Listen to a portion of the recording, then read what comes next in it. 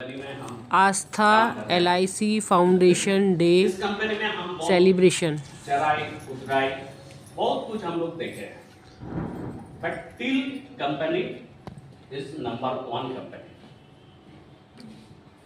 Insurance sector में अगर LIC के बाद कोई भी एक कंपनी हो तो दैट इज द GTFS।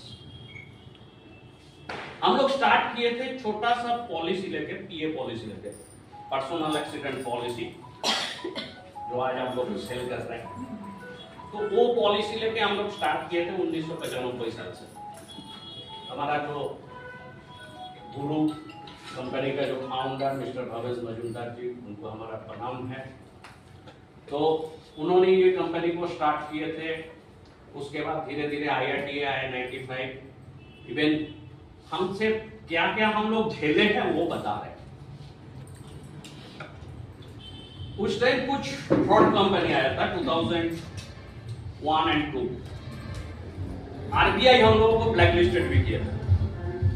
तो फिर RBI को हम लोग जब समझाया, हम लोग हमारा काम दिखाया, तो RBI हम लोग को क्लीन चिट दिया था और इवन RBI हम लोगों को माफी भी मांग गया।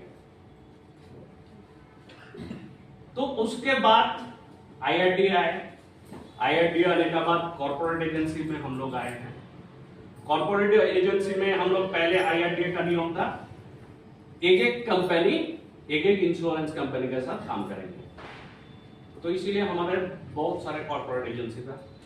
उसके बाद धीरे धीरे IRDA को हम लोग समझाए जे अगर इंश्योरेंस को एक्सपेंडिंग करना है टोटल इंडिया में, जो आज मोदी सरकार का भी एक प्लान है, जे 47 के अंदर 2047 के अंदर हमें घर घर इंश्योरेंस पहुंचाना है।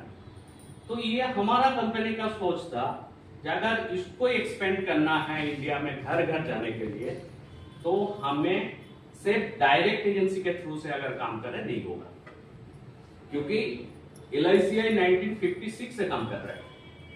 फिर भी जब 2000 साल आया, जब माल्होत्रा कमीशन रिपोर्ट आए थे, उस टाइम इंश्योरेंस पेनिट्रेशन था that is the 2%। That mean 100 crore आबादी में ओनली 2 करोड़ इंश्योरेंस था। तो तब से हमारा कंपनी शुरू की है। This is networking business. Otherwise insurance में नेटवर्किंग बिजनेस अलाउ नहीं है। तो तब हम लोग IRDA को समझा